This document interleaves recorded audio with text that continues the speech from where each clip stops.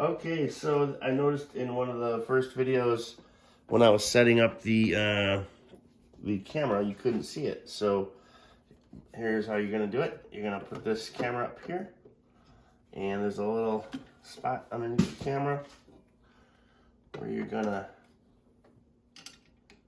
screw this thing in here, hold it in place, and it holds it up. Otherwise it falls like that. So this thing will help with that.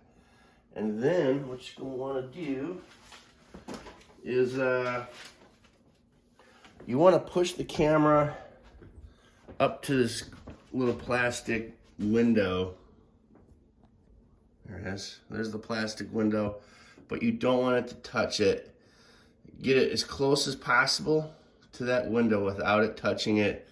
And the reason why you don't want it to touch is because I've noticed I've already put some scratches in there with this lens, on some scratches on the window. You also want it as close as possible and without it touching, because these lights, believe it or not, reflect, and if it's back too far, the lights will sort of make their way into the picture. You'll notice the picture's a little blue, a little green, a little yellow, a little red. So, all right, that is the part about the camera. Next on my list, yes, is the printer. I do want to cover that in more detail.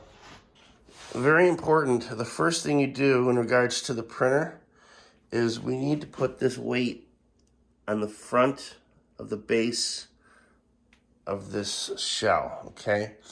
So the weight, you want this thick part, the star, to be on this side. We don't want it flipped because we want as much weight going this way to counterbalance the printer.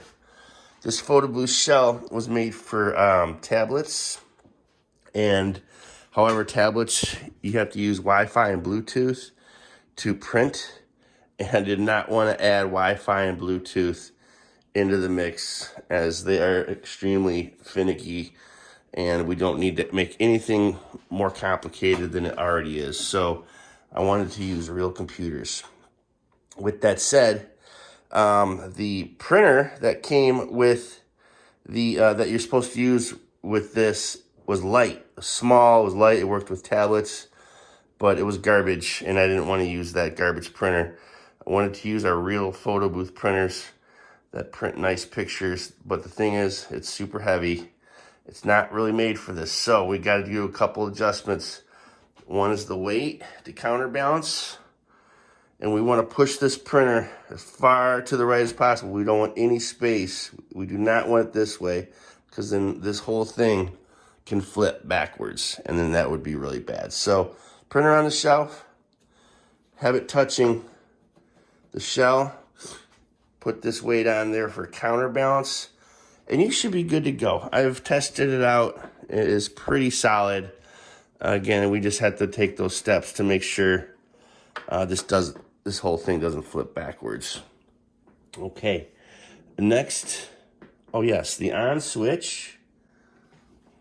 The on switch to turn this computer on is on the bottom right-hand corner.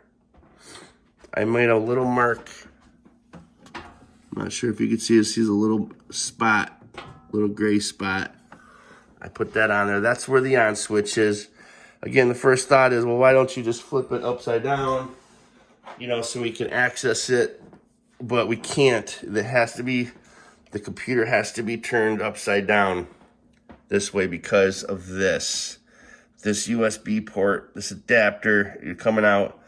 I had to cut this metal out, again, because this was made for tablets.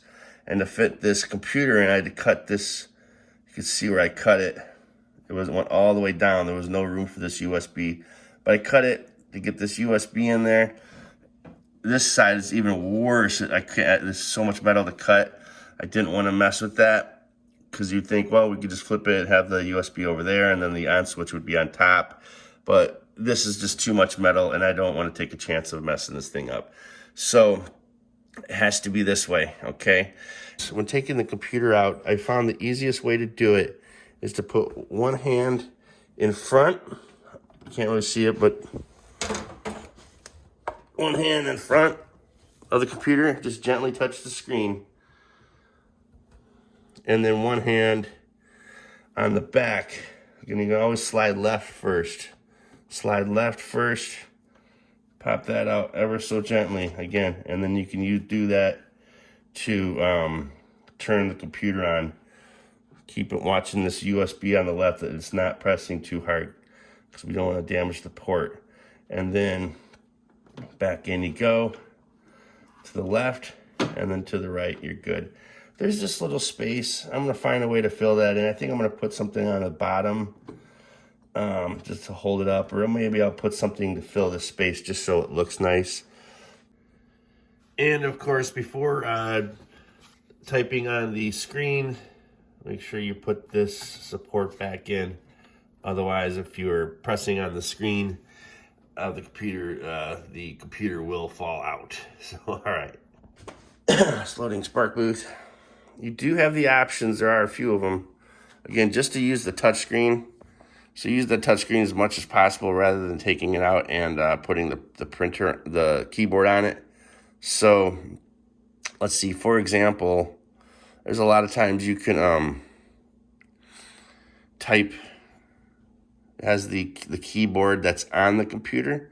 So let's say if we had to make an adjustment in here, we would hit the edit button like normal, and you could do stuff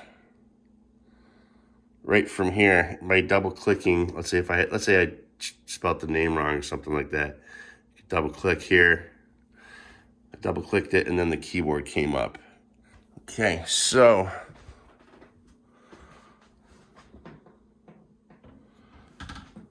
what do we have is finally, I believe that's everything on my list. So, all right.